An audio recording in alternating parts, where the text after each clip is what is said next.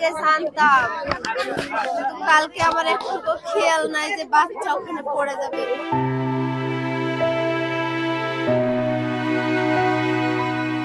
রাজশাহীর তানোর উপজেলায় পরিত্যক্ত একটি গভীর নলকূপের পাইপের ভেতরে পড়ে আটকে যাওয়া স্বাধীন নামের 2 বছরের শিশুকে 24 ঘন্টাতেও উদ্ধার করা যায়নি। তবে ফায়ার সার্ভিসের কর্মীরা আপ্রাণ চেষ্টা চালিয়ে যাচ্ছেন।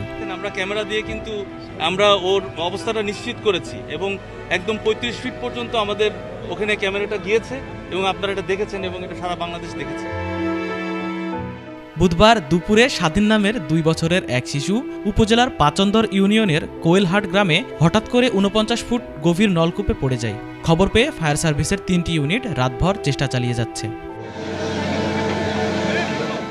শিশুটিকে জীবিত উদ্ধারে ফায়ার সার্ভিসের কর্মীরা তৎপরতা চালিয়ে যাচ্ছেন। গর্তের ভেতরে দেওয়া হচ্ছে অক্সিজেন, এছাড়াও পাইপের চারপাশ দিয়ে মাটি খোঁড়া হচ্ছে।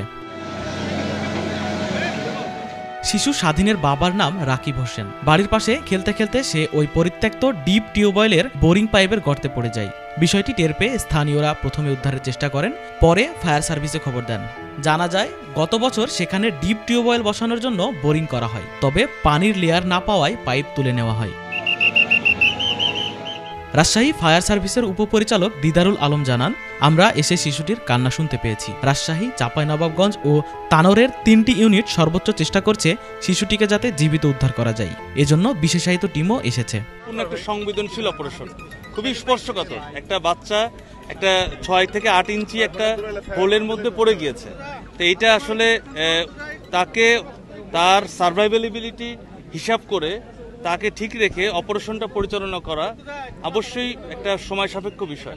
আপনি যদি ইতিহাস দেখে থাকেন, যতগুলো এরকম ধরনের অপারেশন হয়েছে বিশ্বের এত আধুনিক কেউই এখন পর্যন্ত বের করতে পারি নাই, যেটা সুড়ঙ্গের ভিতর থেকে আপনার খুব সহজেই এরকম একটা অল্প 6 ইঞ্চি 8 ইঞ্চি ডায়ার একটা পাইপের ভিতর থেকে খুব সহজে উপর থেকে এক্সট্রাক্ট করে তাকে নিয়ে আসবে। এই পুল করে তাকে নিয়ে আসাটা এটা আসলে খুবই মানে অসম্ভব একটা বিষয়। তবে এটার জন্য যেটা ইম্প্রোভাইজ পদ্ধতিতে আমরা সবসময় যেটা করি সেটাই আমরা করছি।